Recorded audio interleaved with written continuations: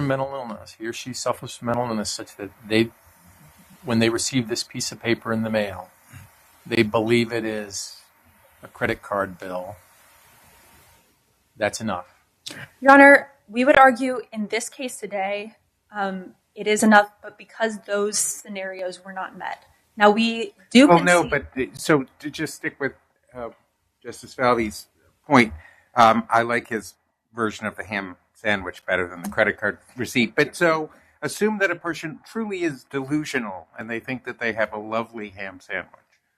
But VA actually went above and beyond mailing. They actually sent a VA representative out and said, "Here you go, Mr. Veteran," and handed it to them.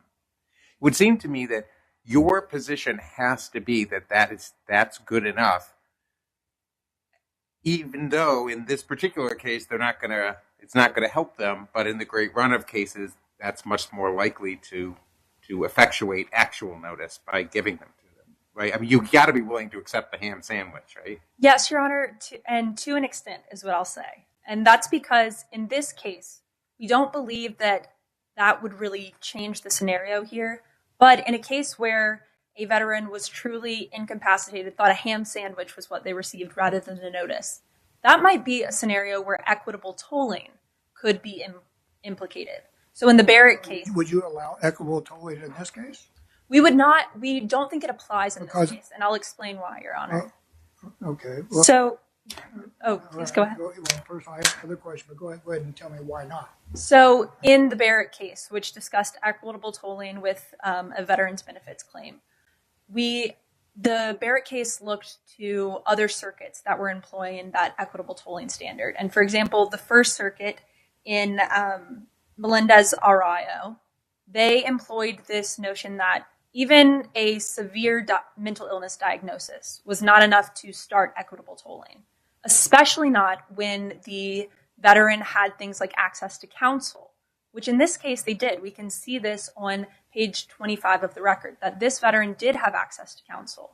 It also looked at factors like if they were able to make financial decisions. Well, we see that this veteran was able to purchase a $35,000 car during this period. Well, wait a minute. If you have the money or the credit, you can purchase anything. I mean, you can purchase just about anything. You don't have to have, the car salesman's not going to say, "Hey, do you understand what you're doing?" So that doesn't persuade me. Well, Your Honor, to bolster that point, also on page 64 of the Joint Appendix, you can see that when the VA evaluated this particular veteran, they did find that he was capable of dealing with his finances. So we would argue that those go against the tests for equitable tolling in Barrett, but we're not saying that those can never apply. We're just saying in this particular facts, in today's case, they do not. Well, here's my concern about that line of argument. Here you've got a veteran who the VA knows is 100% disabled. They know that he cannot understand these notices because he has called the VA and wondering what it was all about. And he talked to Mr. Beard, and that is in the record, the notice of contact. And the VA is well aware of that. So I would even say that in this case, to rely on that notice has some constitutional implications, because what you're doing is they're taking from him a benefit that he is truly entitled to, that is disability compensation. So at least that is a problem. So for that reason, I wouldn't even consider Chevron as being applying here. But the VA in this case has lots of information about how he could not understand. Certainly, Your Honor. And just a couple of points to kind of answer, I think, what your inquiry is there.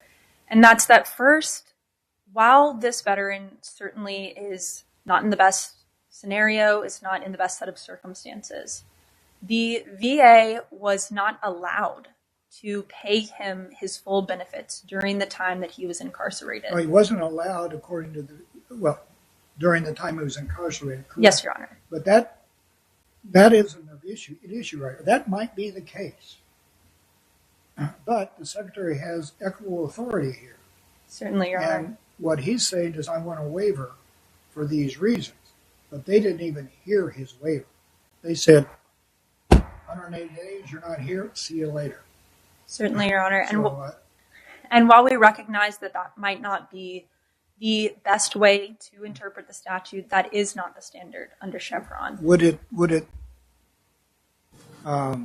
surprise you to know that in the insurance context, the accident insurance context, the vast majority of the states say that that would not be sufficient notice to a person who is known to be mentally disabled.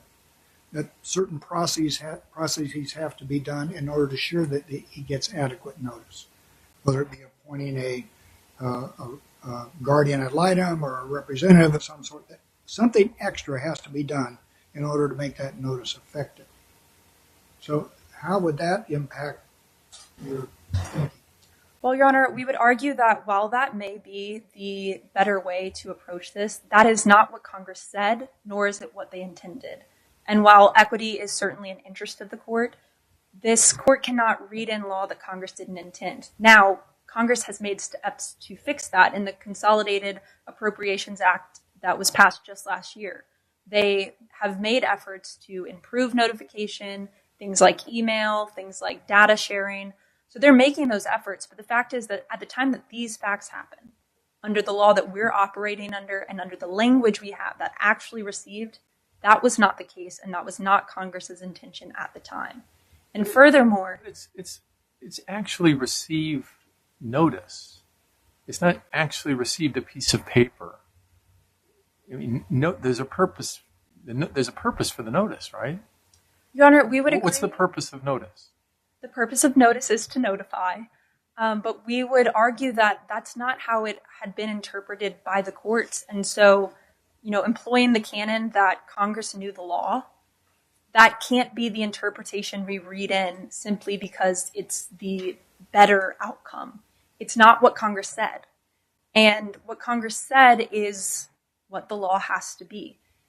But today we are here because there are other interpretations on the table. We have the two interpretations that came out of the circuit court, that the statute might be silent or that it might be ambiguous. Well, And so as far as silence goes, the very language of Chevron contests that if a statute is silent or ambiguous, it's not that we read in a new interpretation, it's that we go to that next step. Is it reasonable? And today we'd argue that it is. Now, the Sullivan versus Everhart decision, it looked at it tells us that an interpretation is reasonable if it's rational and consistent with the statute. When we look at if it's reasonable, we look at a few factors. First, if they relied on factors Congress didn't intend. Well, here they only relied on the exact language Congress gave them. We look at if they failed to consider an important aspect of the problem, and I know that that's a concern today. Do we know exactly how? So what's interesting about this is the word actually Sure. is odd because on the one hand, I can craft an argument that it actually ratchets up the burden, right? It's not enough to have constructive receipt. You have to actually receive it. But on the other hand, I could see that it sort of lowers what would just be receipt. Yes, Your Honor. Do we know anything about that?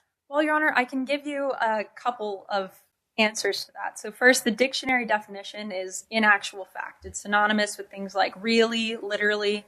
But we can also talk about the way we use that term in everyday language. If someone actually snored, it doesn't matter if they know they snored. It doesn't matter if they were conscious enough in their sleep to remember they were snoring. The fact is they snored. It requires that reality. And we're arguing today that actually received requires that reality as well. It requires that physical. So you're saying that even if it could be read either way, as I understand your argument, that actually helps you. Actually helps you. Ham sandwich, Justice Falvey. Right, that actually helps you because at that point, either one of them could be reasonable in your view, and Chevron kicks in to say that the agency's position is permissible. Yes, Your Honor, exactly. I have one other thing that I just like to clear quickly before your time runs out. And I know your time's going to run out. You can answer Justice Hagel's question. Thank you. And I'm sorry for waiting this long, but we have been talking all along, every one of us here, and I think you too, have been using the word notice. And I understand but the words of the statute don't say notice, which to me is an implication of actually having somebody find out about something perhaps. But it says the date of notification. Now, do you make any difference between the word notification and notice? Giving notice and giving notification? Your Honor, I'm not sure. Or is it just a distinction without a difference? Your Honor, I think we would lean more in a distinction without a difference, although notification might be more clearly a type of paper, whereas notice might be kind of that internalization. So if anything, we would argue that that notification falls more in line with the physical receipt. But for the reasons that my co-counsel stated earlier and for the reasons we've discussed today, we ask that you uphold Chevron and that you uphold the VA's interpretation of actually received in Section 5302. Thank you. Thank you, Mr. Kinney. Respondent? Yes,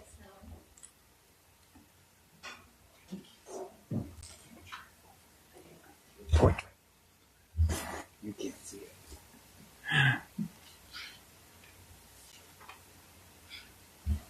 Mr. Chief Justice, Your Honors, and may it please the Court. Good afternoon. My name is Waverly Shannon, and I, along with my co-counsel Maria Zermenio, represent the respondent in today's case, Mr. Led Tasso.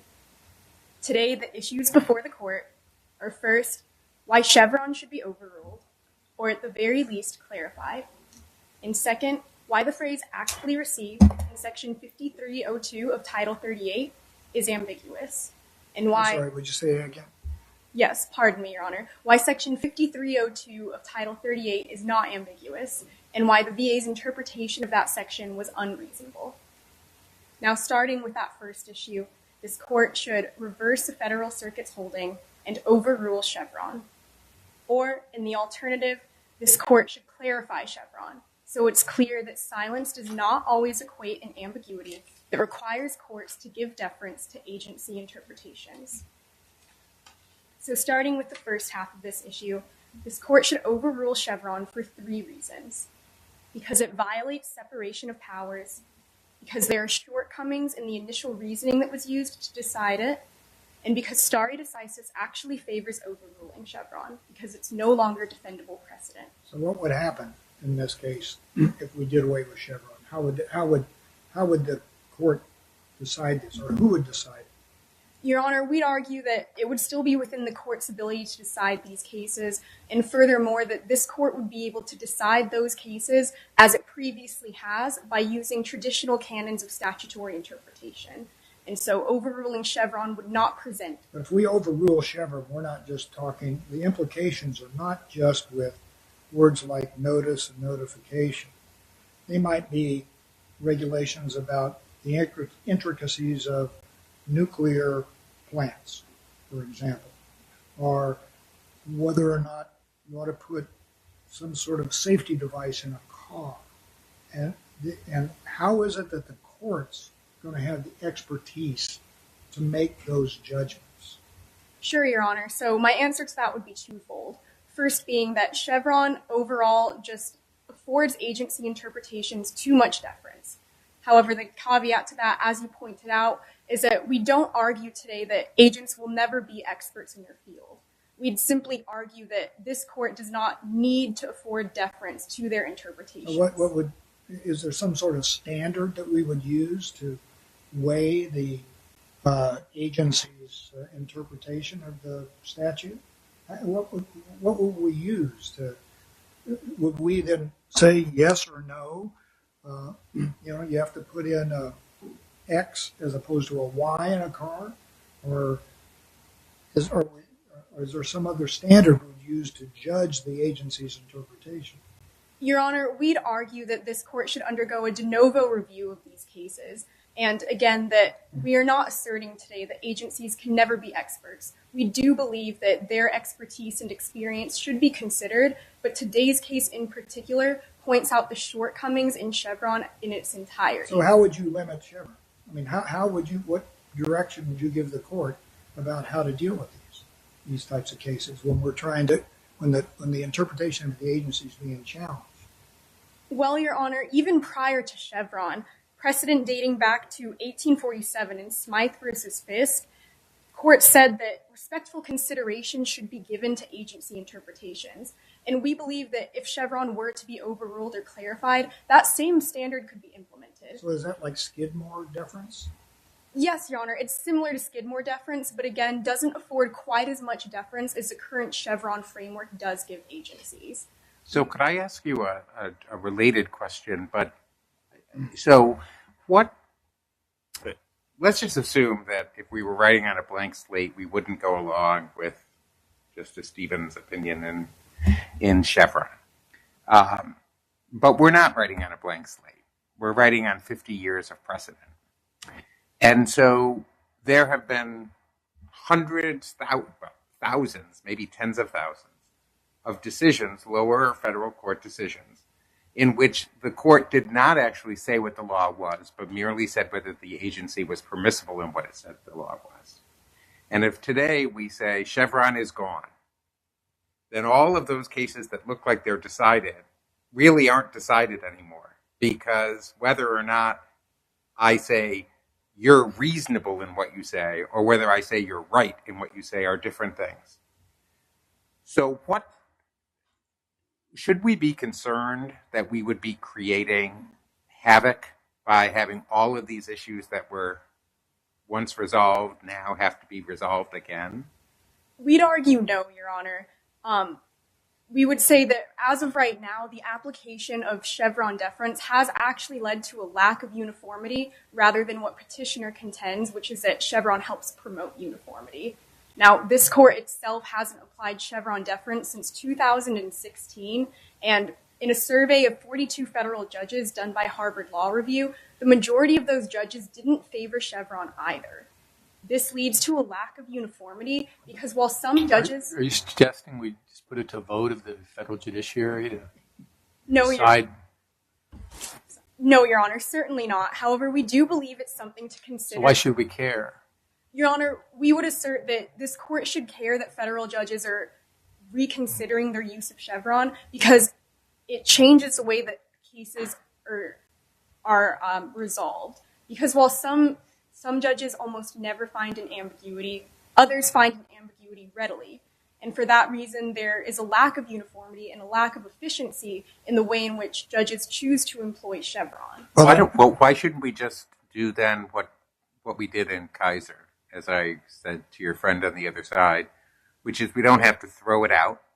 We can just say, okay, maybe people have gotten a little loosey-goosey about this, and they've jumped over the first step in Chevron to the second step, right? And say, really, it's got to be a genuine ambiguity in the statute, not just some theoretical ambiguity.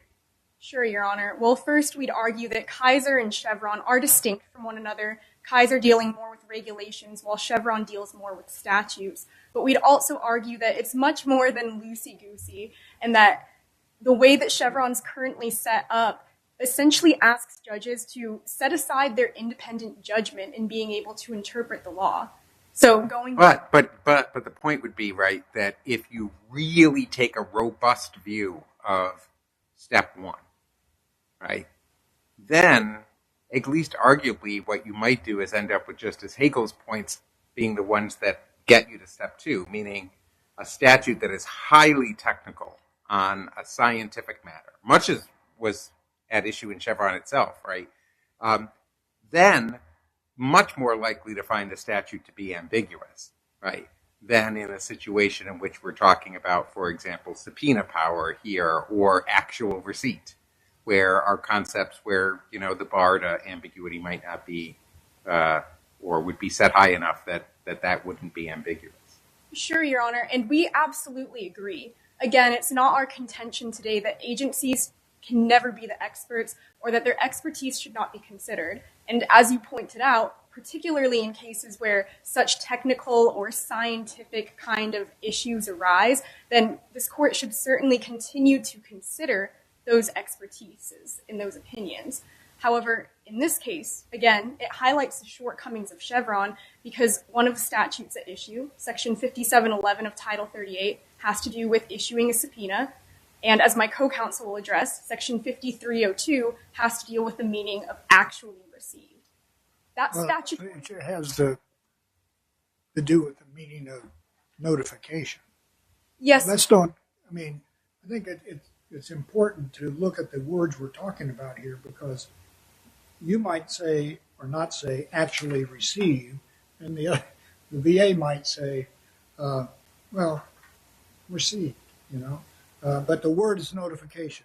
That's what we're determining. Yes, Your Honor, and we agree with you wholeheartedly that it's important to look at each word, but we would draw the distinction that it's this court's job to look at those words. Particularly in this case, again, it goes to subpoenas and notifications, and that's at the heart of what this court's supposed to decide. They're supposed to be able to interpret the law and to implement it, and yet the way Chevron's currently structured doesn't allow us. You're saying then that the courts have more, it's more in their level of expertise to interpret things about subpoenas and witnesses. Is that what you're saying? And so there, the VA is not as authoritative in that area? Yes, Your Honor, we would argue that because, again, subpoenas and notices go more towards a legal standard that the VA is simply not an expert in. But the argument, the argument of your opponent of the VA is that, look, the VA has to be able to control. It's a big organization. Like I said, this is the regulation for all of them. Their budget is more than the Department of the Army, I believe. But and so they have to be able to control these people, and that's what this limitation is. So isn't that valid? Your Honor, we'd argue it's not valid because the limitation that they imposed actually goes towards the fact that Chevron itself violates separation of powers. Now, as Justice Falvey pointed out while my opposing counsel was speaking, Chevron infringes on Congress's powers because it essentially allows Congress to hand off its power to these agencies. So instead of our actual elected representatives making these decisions, it's agencies doing so instead. And as Chief Justice Allen pointed out as well during my opposing counsel's statement, this goes all the way back as far as the judiciary is concerned to Marbury versus Madison, where courts have consistently held that it is the province and duty of this court and this court alone to be able to make interpretations of law and to say what the law is. Yet under the current Chevron framework, when an agency decides it's within its power to interpret a statute, as long as that interpretation is deemed to be reasonable, not even the best. Those words are great, and of course, they're the origin of the court's general authority. But it still doesn't tell me, at least, if we do away with Chevron, what would be in its place, much like the Chief Justice said. So you're casting, it seems to me, the court adrift without any kind of idea of a framework that the court can use. And the same way for people looking at the regulation or statute too. They need that framework to understand it. Sure, Your Honor. And if this court today chooses to not overrule Chevron, then we would argue that clarification should be provided so it's clear that silence doesn't always equate an ambiguity that requires courts to give deference to agency interpretations. So in that sense, I do believe that there would be enough of a pathway for there to be less chaos, if you will, should this court choose to not overturn Chevron. Could I ask a general question that is probably going to be hard to answer, not because it's technical, but so what is the difference between, in your view, ambiguity and silence? Or stated differently, in some cases, could silence itself lead to ambiguity? Sure, Your Honor. In answering that, I think I might have a helpful example that comes from this case as well. So that section 5711 that we talked about earlier, it has to do with issuing subpoenas to witnesses. But both parties, as seen on page 7 of the record, agree that the term witnesses is silent. Now, we would argue that that statute provides a good example of an instance where silence could just be silence. So why is the word witnesses silent as opposed to being potentially ambiguous? In other words, I think probably there are definitions of witness in the world, sure, right? And so is the issue that the silence is that there isn't further subclassification of persons who could be witnesses? Well, Your Honor, we'd argue that kind of going to that plain meaning of the word, like you suggested, witnesses in and of itself isn't ambiguous. It seems to clearly delineate anyone who could be called as a witness should be able to be encompassed by that statute, and yet the VA decided to read in further language that wasn't there in order to prevent one of their employees from being called to testify as Mr. Tassov's witness. Not just one of their employees, a whole class of their employees. Yes, Your Honor, and we'd argue that that is impermissible and a violation of separation of powers. So for those reasons, we ask this court to reverse the Federal Circuit's holding as to Issue 1. Thank you. Thank you, Ms. Shannon.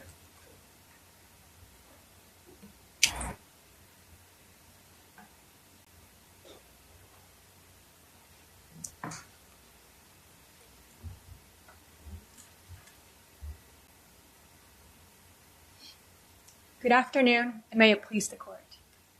Good afternoon, Your Honors. As my co-counsel, Ms. Waverly Shannon, has said, my name is Maria Cermeño, and along with her, I represent the respondent today, the veteran Let Tasso.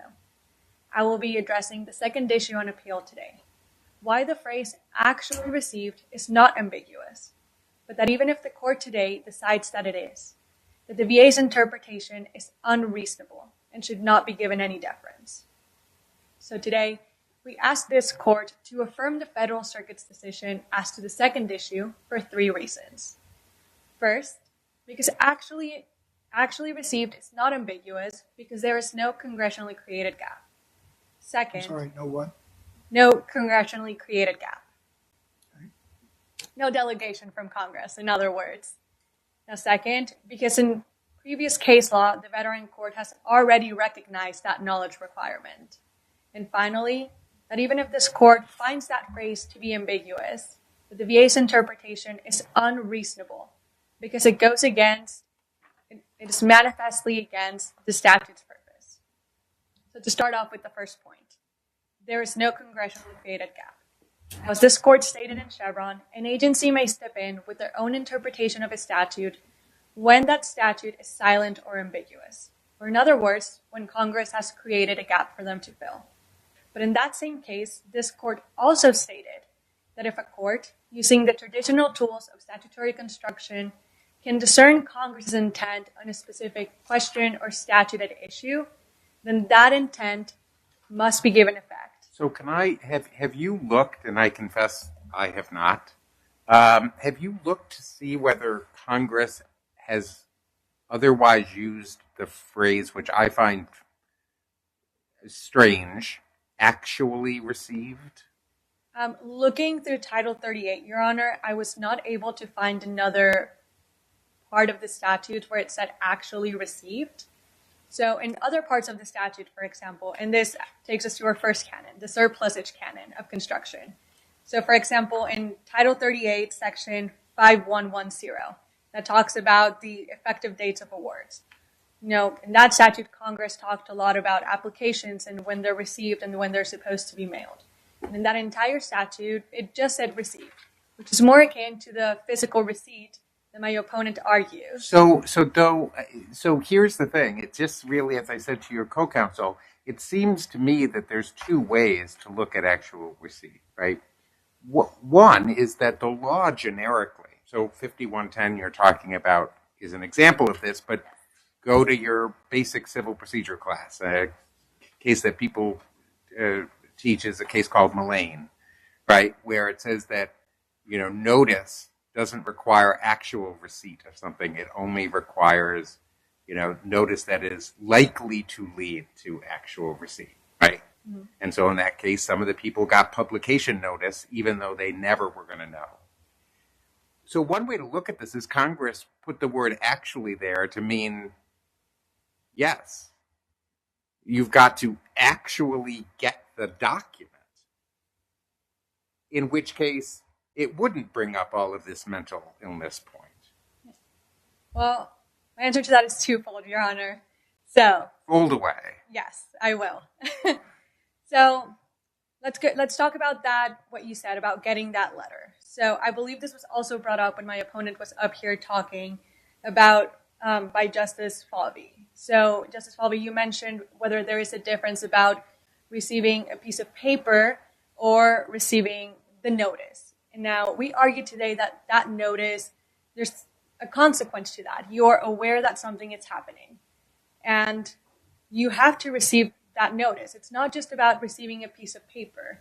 Yeah, but why is that, right? I mean, I would agree that the best notice in the world is notice that you actually get and you really know what it is, right? Like, so for example, service rules will often say that you have to give it to a person of suitable age and discretion describing the contents therein, right? But nobody can ever actually make sure that the person who you're talking to actually knows what they're saying, right? Yes. Maybe Congress meant to require that by using actually received, or maybe they didn't. But isn't that just inherently showing that that phrase is just susceptible to more than one reasonable interpretation? Well, we would argue that it is still unambiguous, Your Honor. So looking at the plain meaning of the statute, if we look at Black Law's dictionary, we can see that received is defined as to give admittance, to accept with approval, to gain knowledge, to perceive mentally, to understand. There is at the very least an awareness or a capacity to have that awareness that you're receiving something important and, not a ham sandwich when you're receiving something. So we believe that Congress, by saying actually received, did purposefully choose those words to include that knowledge requirement. But wait a minute, I'm sorry. Where does actually received come from? I'm missing this somewhere. Yes, apologies, Your Honor. This comes from the statute from Title 38, 5302, and the language can be found on page 9 of the Joint Appendix. And this is where it says that when a veteran receives a notice of death, then they have 180 days to send to appeal for a waiver. It uses the term actually received? Yes, Your Honor. I mean, actual notice or actually received? Yes, Your Honor. Okay. It says that such notification was not actually received by the payee within a reasonable period after such date. Okay, I'm sorry. It's okay, Your Honor. So yes, so that's where the word actually received comes from, and that's where the alleged ambiguity in this case comes from. But we allege that it is not ambiguous. Just putting together that legal definition that we have from Black Law's dictionary, paired with that surplusage canon that you have to give meaning to every word. Now, if Congress chose to put the word actually, it must mean something else. It must mean more than physical receipt. Could it be a word of underscoring? In other words, like, and we really mean it, right? We don't believe so, Your Honor. We believe that by adding that word actually, they really are getting at that knowledge requirement, that notice is actually received, that there is, as I've said, at the very least, an awareness that the person is receiving something from the VA or something important. It's not simply about them having that piece of paper in their hand and not being able to understand, and Mr. Tasso did. So Mr. Tasso... Let's take it a step further then. If we're going to read a knowledge requirement into it, that they know they've received notice, do they have to understand it too? We would argue that yes, Your Honor, that there has to be, at the very least, a capacity to understand that. So you find in the word actually both knowledge and understanding? That would be paired up with both. Just as I said, even going back to that dictionary definition, that legal definition, one of those is to perceive mentally or to understand. And so we do agree, we do believe that that notice has to be received by a person and at the very least have that capacity to understand that notice. Now, So they'd also have to have capacity. yes, Your Honor. And that just simply goes, for example, to today's case, or even to the example that you brought up before, that somebody who thinks that they're receiving a How's VA going to comply with that? Yes, Your Honor. So if this court were to rule in our favor and decide along with us that the knowledge requirement is included, then for the VA to implement that, it could use a system that it already has and pair that up with the Barrett case that came from the Veteran Court of Appeals as guidance. So let's start up with the VA system that they already have. So as the current exception works, that the only way that they can extend that 180-day deadline is if there's a mailing error. But when that letter is sent, there is a presumption that that letter was physically received by the veteran to whom they sent it to. And then that veteran has to bring forward evidence to rebut that presumption and show that they didn't actually physically receive that letter. So we already have a system where something is presumed and can be rebutted. So we can do... For physical receipt. Yes. So we can do something similar with the knowledge requirement. Once a letter is sent, the VA can presume that it was physically received and that that knowledge requirement has been met. And then the veteran could come forward, and then that's where we look at the Barrett. That's when they say, I thought it was a ham sandwich. They wouldn't just be able to say that they thought it was a ham sandwich. So in the Barrett case, when the court... And I eat it. Not quite, Your Honor. So looking at the Barrett case, in that case, the court was determining whether mental illness could provide some extra leeway for veterans that deal with mental illness and whether it could provide an extension for a deadline. How does the Veterans Canon work into that? Yes, Your Honor. So the Veterans Canon works into, if this court were to find it ambiguous, then we would move on to that second step, because the pro-veteran canon is a substantive canon of construction. So that would be after the descriptive canons, and if the court were to find it ambiguous. But you wouldn't be adverse if we were to apply Chevron, we were apply Brown versus Gardner at step one, would you? You'd accept that, right? I believe so, Your Honor, with my knowledge about the case. Well, because one of the interesting things about Chevron, right, is that you move to step two when there's ambiguity. Yes. And you defer to the agency. But if you put Brown versus Gardner at the second step, it says you move to the second step when there's ambiguity and you read the statute in favor of the veteran. Yes, Your Honors. So then you're going in two different directions. Yeah, so we would argue that pro-veteran canon, that policy argument would come in at that second step. But before agency deference. If we're going with the Gardner case, then I believe so. Well, play with me that we're living in a world in which there is both Brown versus Gardner and Chevron. And both of them require at step one that there be ambiguity, right? Meaning you'd never get to decide whether the agency is permissible if there's not an ambiguity. You'd never resolve ambiguity in favor of the veteran if there weren't ambiguity. Yes. You can't do both those things simultaneously. So one has to come first. Yes. Which should come first? We would argue, Your Honor, that the pro-veteran canon should be considered in the second step when we're looking at whether the agent's interpretation is reasonable. So you'd fold it into a consideration about whether the agency was permissible by saying if you looked through the lens of Brown versus Gardner. Yes, Your Honor. And just briefly, I just wanted to finish answering Justice Falvey's question and just about how the system would work. So when we talked about having that system what the VA already has, they could pair that up with the Barrett case, which kind of created a threshold question.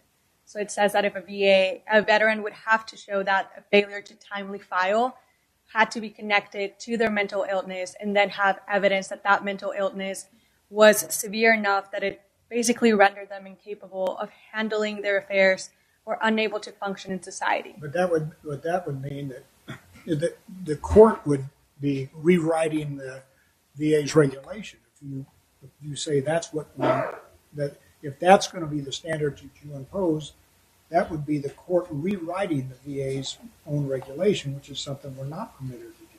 Well, the court is not permitted to rewrite the VA's regulation, the court is permitted by Chevron itself to not give deference to an agency's interpretation if that interpretation is arbitrary or capricious or manifestly contrary to the statute's purpose, which is what we argue today that it is. All right, well, let me go back one. This actual Yes, Your Honor. This actual receipt continues to bother me. So look at the statute a little more carefully.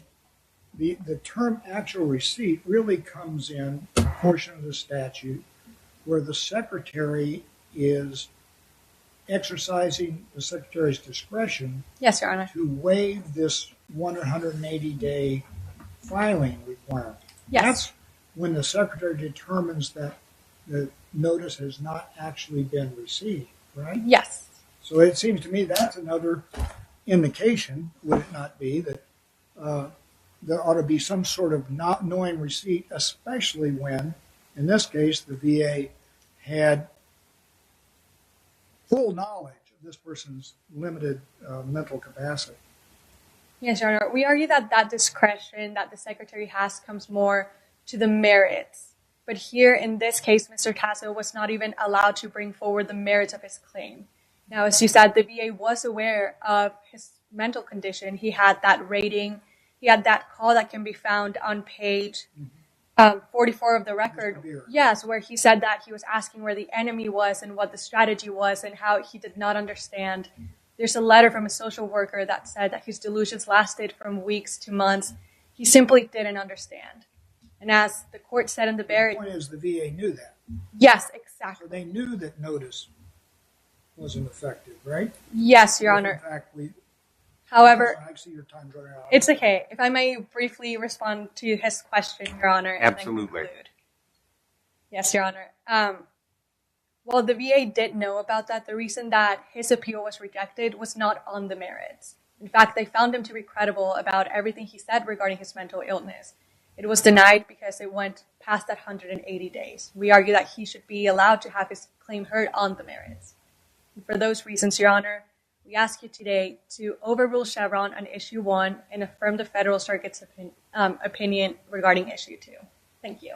Thank you very much. And we'll hear rebuttal from Ms. McKinney. Yes, Your Honor. Permission to proceed? Absolutely. Now, Your Honor, you asked about where actually received comes from, and I'd like to address that. In the statute, Section 5302, to give you the gist, it says you get 100... I don't know the gist. I want to know the words. Well, the words exactly are, if an application for relief is made within 180 days from the date of notification of indebtedness by the secretary to the payee, or within such longer period as the secretary determines is reasonable, in a case in which the payee demonstrates to the satisfaction of the secretary that such notification was not actually received by the payee in such a reasonable period. So you get 180 days, and the only exception to that is when you can demonstrate to the satisfaction of the secretary. That's right, exactly. And in this case, the VA didn't do that. They just said 180 days, you're out of here. Well, Your Honor, we would argue that that reasonableness that came before it also is the secretary's discretion. But Your Honor, Justice Falvey also asked, do they have to understand it too? And the respondent said yes. But we argue that the VA cannot comply with that standard. The VA already is only hearing about 100,000 appeals each year. But they have 200,000 appeals pending. And to add in this additional analysis would render the VA completely inefficient. But you also asked if 5711 was the expertise of the court since it dealt with subpoenas. Well, we would argue this strikes the perfect balance. Mr. Tasso got what he wanted. The VA said, we agree with you that you were mentally ill. And the VA got to use Mr. Beard to do his job. And the court got to say, that's a reasonable interpretation. All three parties won in that scenario. And that's why Chevron works. Your Honor, I see I'm out of time. If I may briefly conclude. You can. For those reasons, we ask that you do uphold Chevron, this long-standing precedent, and that you find the VA's interpretation of actually received reasonable. Thank you. Thank you.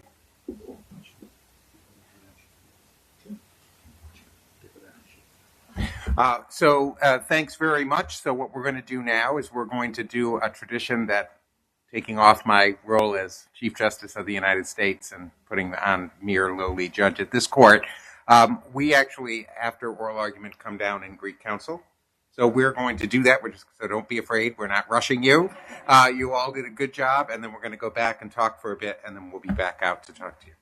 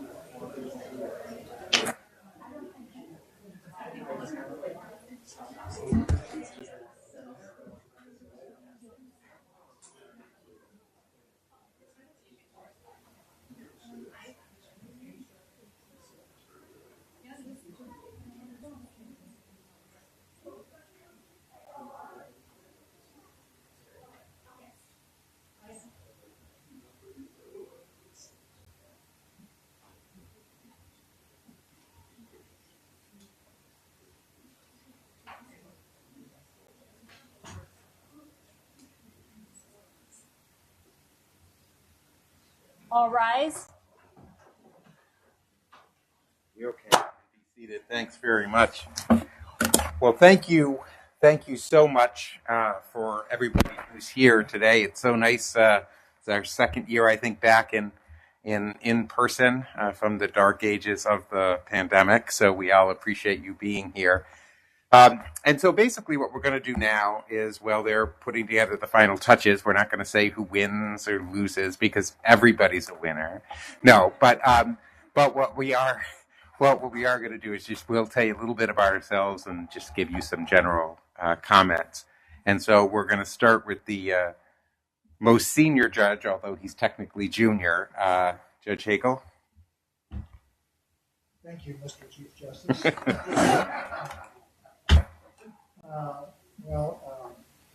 I am the most senior and high on the court in the sense that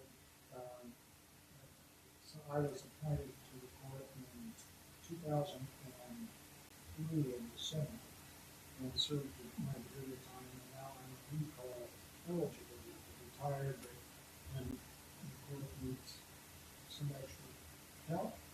And they call me and I say, yes, I'll come back. And so that's my situation. Before I became a judge, I was in the military, I was in the Marines for 20 years, so I was an infantry officer in the law schools, and finished my time up as a lawyer. And then I took a position with the Paralyzed Veterans of America, Veteran Service Organization, when the court started, because the court was just created. I happened to read about the creation of the court when I was finishing my service. And so I wrote a letter to the various service organizations, so basically, look, saw they had there's this court, whether you're interested, this is my background, if you're interested, I'd love to come and work with you in the court. And so I accepted an offer from Plaintiff. And so I had an opportunity to work with the court. It's truly a sentence. And I have a lot of respect for what they've done because I have seen the impact of this court on the way the VA does business. The Department of Veterans Affairs is, the people are very hard working. And they deal with so many more cases than we do. We get a sliver of the cases that they do. They have a very difficult job. But I had a law clerk that worked at the Board of Veterans Appeals. So I would never ask about people or anything like that. But I asked her, I said, what do you think is the biggest difference between work at the board and what's done at the court? And the answer that the court gave me was this, which I thought was very informative. I said, at the board, the emphasis is on getting the job done. At the court, the emphasis is on getting the case right. And the court has the luxury, you would say, is time. We control it. The VA has this huge pipeline of cases coming to them, and everybody's beating on them to get the case decided. So the court really does, I think, serve a valuable purpose because it has, I won't say imposed, but placed the real requirement on the VA to look at the law and apply the law. And the case we talked about, Brown v. Gardner, which is the first case that went to the Supreme Court, is an example of that. So that what the court does here is very, very important, in my view.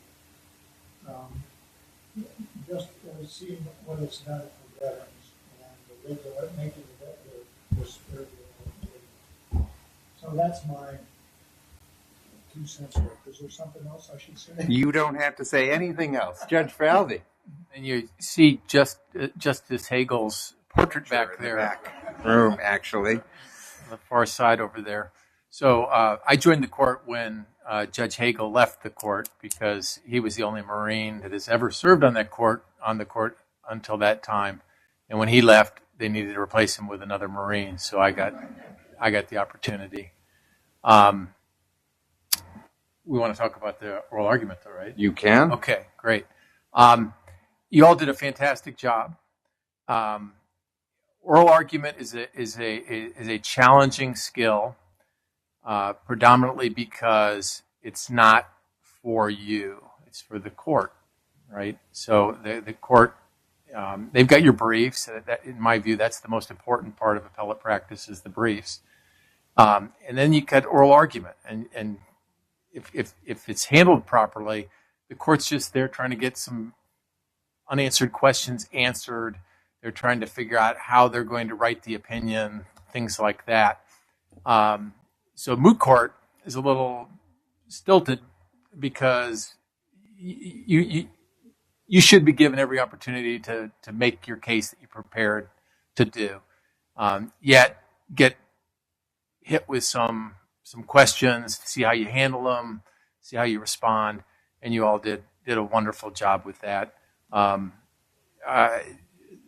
Substance aside, I tried to hit each of you with some kind of rapid fire stuff, changing the topic on you in the middle of your answer, things like that, to see how you did, and you all responded really, really well. I liked how committed you all were to getting back to your argument after interruption. You did a fine job with that. Great to use the judges' names when you can.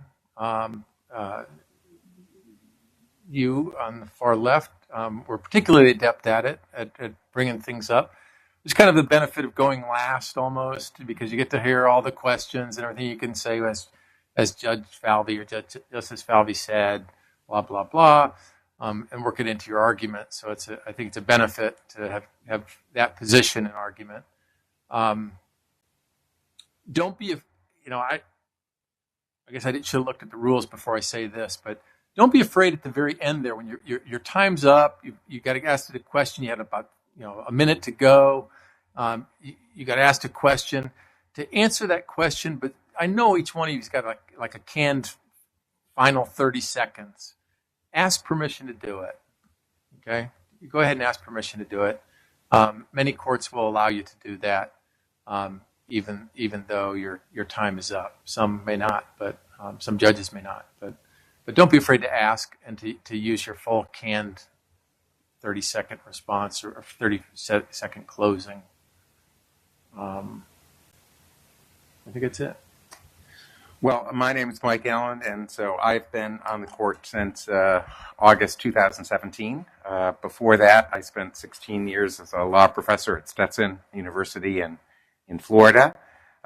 In addition to teaching civil procedure and constitutional law, I also coached moot court teams. I see a coach in the gallery that I would see all the time. And I would do about 4 of these competitions a year for 16 years. So I've seen a lot of moot court. And before that, I practiced law for about 10 years up in Boston. I want to echo what Judge Falvey said. You all did a really nice job. Oral argument is a strange beast. And it's a strange beast because you're being asked questions, and you're being asked questions from different perspectives, some of them sort of wacky, and some of them at odds with one another.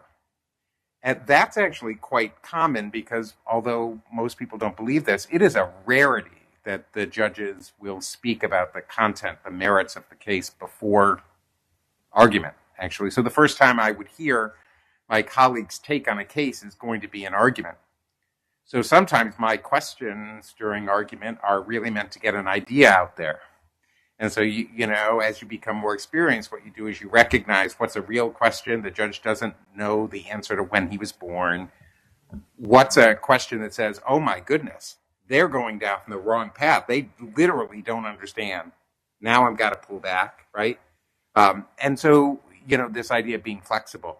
I thought you all did a really nice job of weaving in relevant legal authority and recognizing that when you're talking to the Supreme Court, in theory, it's different than others, right? So you used other cases like the Barrett case that was mentioned on both sides, I think, not as I'm bound by that case, but as an illustration of a point that the court could use, right? Those types of things are really, really important.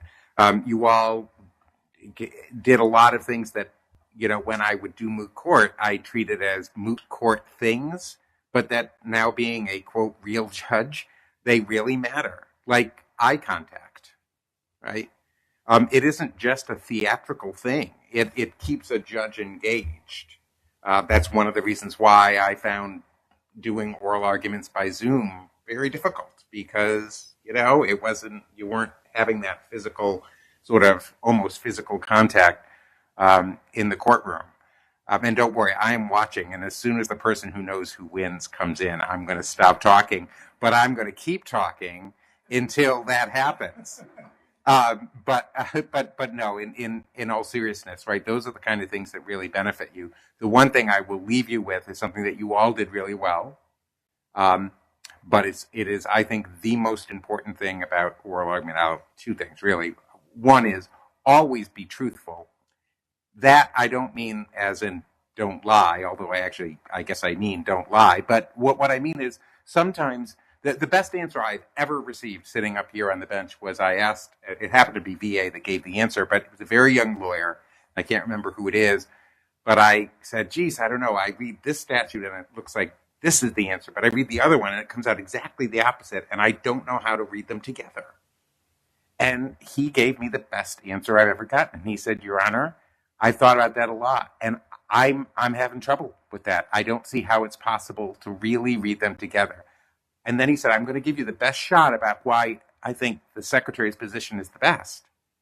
But he didn't just say, hey, it's super easy, right?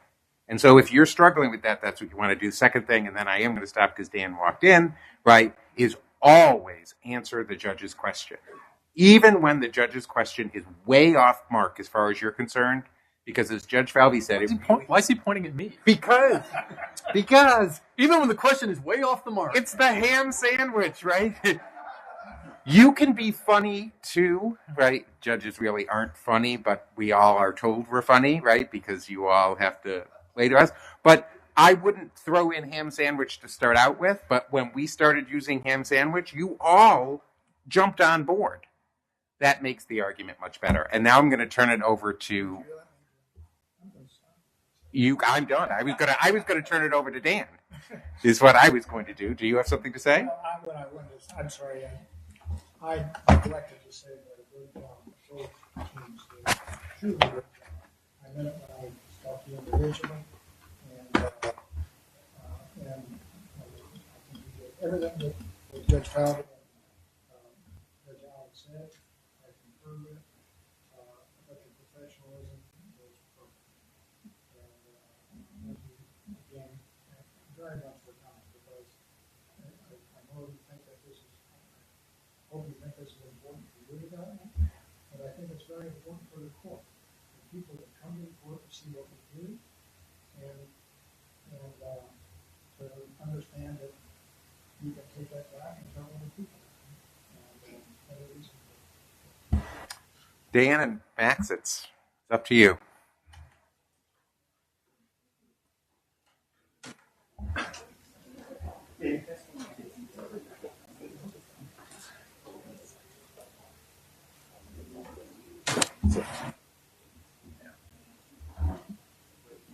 I think some of your commercials weren't better.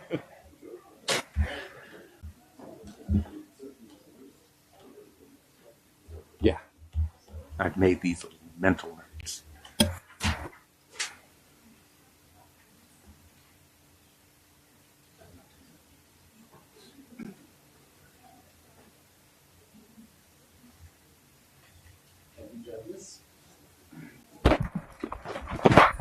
Thank you, everyone. I want to start by introducing myself. My name is Dan DeLucia, and I work for the Chief Judge. I'm her executive attorney, Chief Judge Margaret Bartley. I just want to thank you all for coming out and being a part of this great competition. We had 28 teams from across the country. It's really gratifying to me, and just like Judge Hagel said, to the court, to see so many people who are interested in veterans law. And I hope you do take this back to your respective parts of the country and spread the word about our court and about this really meaningful practice of law. So this was a big event, and there's a lot of people who contribute to it. So I'm going to need you to humor me for a second because I have a lot of people I want to thank because their help is really instrumental to making a competition like this work. The first group I want to thank is our co-sponsors, George Washington University. They set up the preliminary rounds and the quarterfinal rounds yesterday and hosted that and did a wonderful job. Special thanks to Dean David Johnson, who's not here, but we do have one of our student organizers, Evan Barber. Thank you, Evan. And also Eitan Sirkovich, who wasn't able to be here. So thank you to GW. And then I also want to thank our other co-sponsor, which is the CAVC Bar Association. They're a great sponsor here, and we actually have a representative here, James Drysdale, the president-elect. So thank you, James, and thanks to the Bar Association for all your support. And then the last sponsor I want to thank is the Veterans Consortium Pro Bono Program, and we have Steve Jordan here. They're our trophy sponsors every year, and thank you again for your continued support. And now I'm going to turn it over briefly to our problem developer here and his problem development team, so he can say a few words. If you liked the competition, he's the one you can thank. If you didn't like it, you can also thank him. So Max, come on over. So I got you a list here. Thank you so much. Respectfully, if you have any problems, don't come to me. First, I'd like to thank again Dan and the court for hosting this, and thank you to GW for allowing us to use their facilities and facilitate this competition. And thank you to Judge Allen for chairing the outreach committee, because without that, I wouldn't have had the opportunity to help develop this problem. And then a huge thank you to the problem development team here at the court that helped me write this problem. Again, bear with me, there's a long list of names, but a huge shout out to Lauren Barefoot, Catherine Ebbison, Samantha Higgs, Pat Scully, Chris Wysakinski, Caitlin Biggins, Solveig Frash, Sydney Madigan, Josh Walensky, and Leanne Zobrist. Without their help, we wouldn't have had a problem, and this competition wouldn't have been as great as it was. So a huge shout out to their efforts. Thank you, everybody. Thanks, Max. We're not done with the thank yous yet. So today was a big day for the court, and a lot of planning went into it. And so I want to thank all the day of volunteers who came to the court on the weekend on a Sunday and gave up their time so generously. First, I want to thank our head coordinator here, Dawn Briquet. Without you, we wouldn't be able to do any of this, so thank you so much. And then I also want to thank Anika Brantley. She's our IT guru, and she's done a wonderful job with the live streaming and even fixing problems. Sometimes things come up, and she did a great job fixing that today. So thank you, Anika. Rosie, thank you for all your help with so many different things. Kia Hill as well. Is Kia here? She had to leave. Okay, but thank you, Kia. She is wonderful. She is another person who just gave so generously of her time. Carla Jones. Is Carla here? No? Well, Carla was our parking guru, our facilities guru, and she did a great job as well. William Lang. William might still be down in the library. He was the one who was welcoming everyone to the court. So thank you, William. John Leon, our photographer back there. I hope you get some good pictures. Nikita Richardson is another one of our parking gurus. Is Nikita here? Thank you, Nikita. You did a great job. Thanks for everything and for coming early. I really appreciate that. Our new clerk, Tiffany Wagner. Thank you for doing the clerk job today.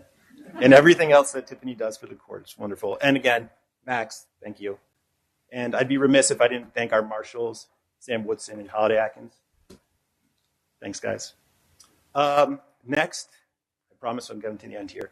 Next, I want to thank our judges for our semifinal round. Again, we have James Drysdale, the president-elect of the Bar Association, Mary Flynn, who is the chief counsel of VA's CAVC litigation group, and Mike Burnett, who is our chief deputy clerk of operations at the court. A really distinguished panel, and I really thank you guys for coming. Finally, we have the judges here before you. Judge Hagel, Senior Judge Hagel, thank you for coming. I really appreciate it. Judge Falvey, the same to you. It's been great to have you here the last 2 years, answering everyone's questions. Judge Allen, I can only say what Max has already said, but special thanks to you as well for shepherding us along and stewarding us and rallying judges and everything that you do. So I really appreciate that. You mean being the bad cop? Yeah. Okay. I wasn't going to say it, but you do a good job at it. And now I want to invite Steve Jordan from the Veterans Consortium to say a few words. Yep. Your Honors. Good afternoon. I just want to give a little context to what the Veterans Consortium is, because there's an ask there. As Judge Allen said, everybody's a winner today. I think particularly they are. But I think the real winner is the field of veterans law. So not just those of you that are in this room, but the 32 teams that qualified and the teams that didn't qualify that were on the waiting list. It's the growth of this competition over the years has been extraordinary. You'll go off, you'll graduate law school, you'll pass the bar, and you'll go into a variety of different avenues of law, whether it's at firms or solo practitioners, in-house counsel. What I would ask of you is to think about giving back. So the folks that do veterans law full-time, that number is fairly small. Certainly the large portions within the government, but there's a few firms that do it out there. The Veterans Consortium was actually, see what I did there? Actually, born of the court in 1992, and it was to ensure that veterans got quality pro se appellants that were before the court, got quality legal representation, particularly when they couldn't afford it. The work that our volunteer attorneys do is so important that they get equal access to justice. So as you go out and populate the various legal communities, and it's time to give back, I would ask you to think about the field of veterans law and really give back. It's so important. I'll wrap it up with one other thing. I'm not an attorney. I'm just an old Navy helicopter pilot that has the privileged to lead the Veterans Consortium, will give out the awards. The one thing that I'll give you from the Veterans Consortium is a challenge coin. And so for those of you that don't know what a challenge coin is, it's a little bit of military history. It's a way that a commander of a unit can just say, well done. In Navy terms, it's Bravo Zulu. And it's not a medal. It's not a stock option. It's not a bonus at the end of the year. But it's a little piece of thanks from that commander to an individual that says you did a little bit something extra and well done. So the challenge part is that if I see you out in a bar at some watering hole in your town or in D.C., and I realize that I've given you a challenge coin and I have my challenge coin and I challenge you with it, well, if you got your challenge coin, I buy. If you don't have your coin, it's your box. So thanks very much, everybody, and congratulations to everyone. Yeah.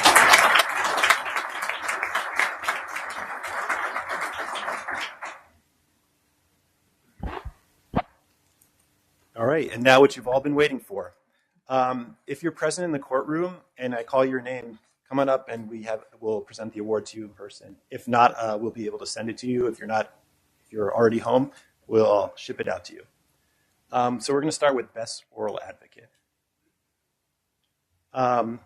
The Best Oral Advocate, first place, goes to Ellis Rampy, University of Arkansas at Little Rock, William H. Bowen School of Law. Ellis, are you here?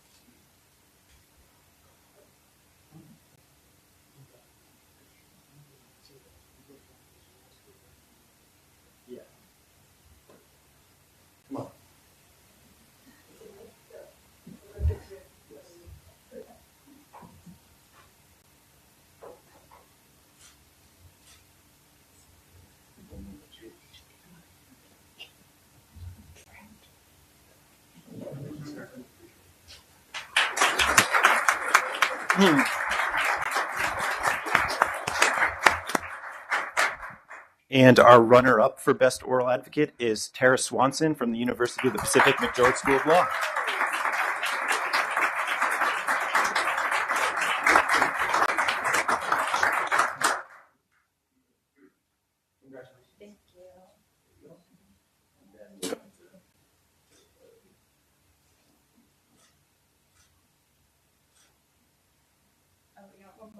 Sorry.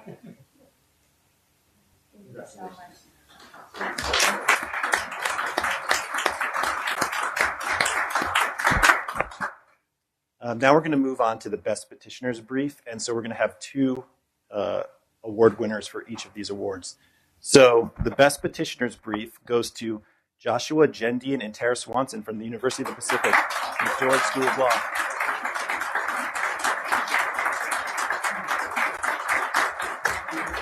Who's going to ask me to say right?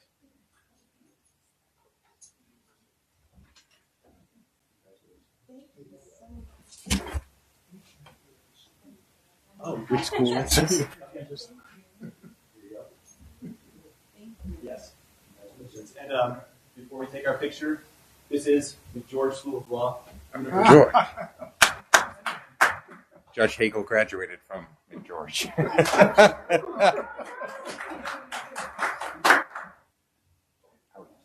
Sorry. Thank you. Just either hand out. Thank you.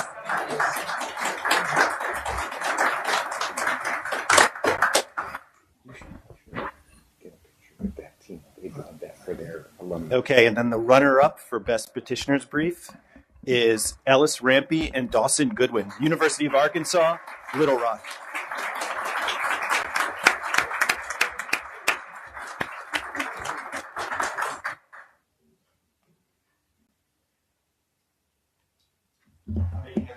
Walk around here so they can be on the live stream. Ellis, congratulations. Thank you, sir. Nice to meet you, sir. Absolutely.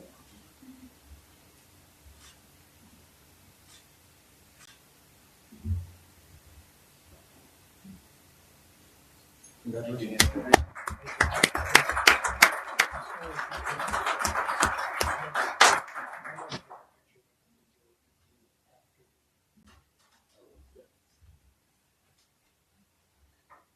McGeorge School of Law, you're asked for a picture afterwards, so don't go anywhere.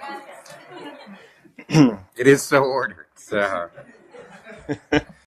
All right, we're going to move on to the Best Respondents Brief. And the winner of that award is Ekram Genk and Kevin Warren, the University of Illinois College of Law.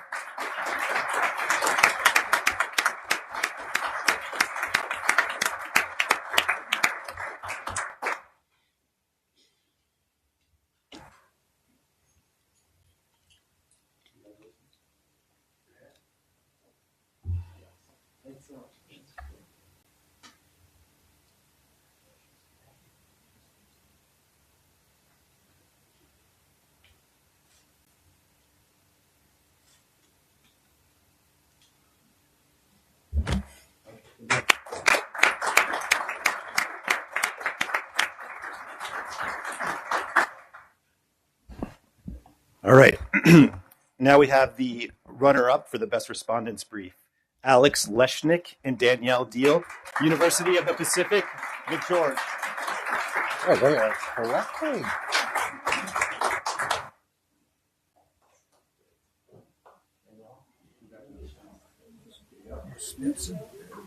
I think so. I don't know. Time gone.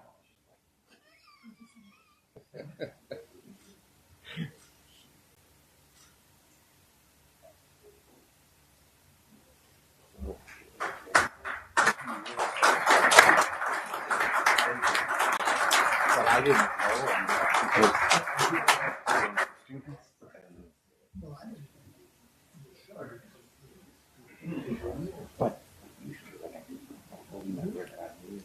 Okay, now for the final award of the day. The winning team, the best team, comes from Baylor University School of Law. No surprise there. And the winner is Waverly Shannon and Maria Zermano Simone.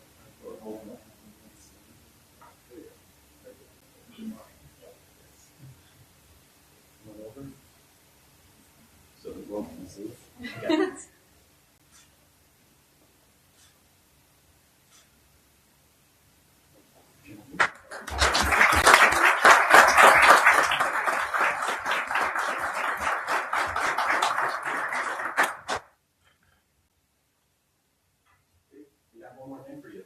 Do you have hands, or do you want me to deliver it to you? You also have a plaque for your lawsuit.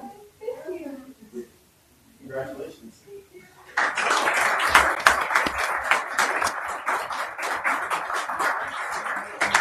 And that being said, our runner-up is also from Baylor University School of Law, Catherine McKinney. Taylor Kennedy, coming up.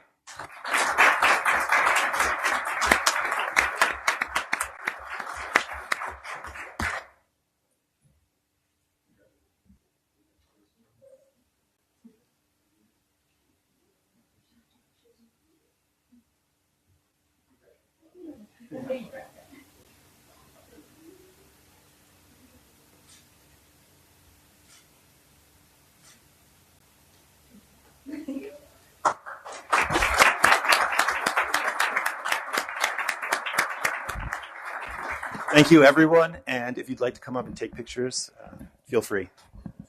Court adjourned.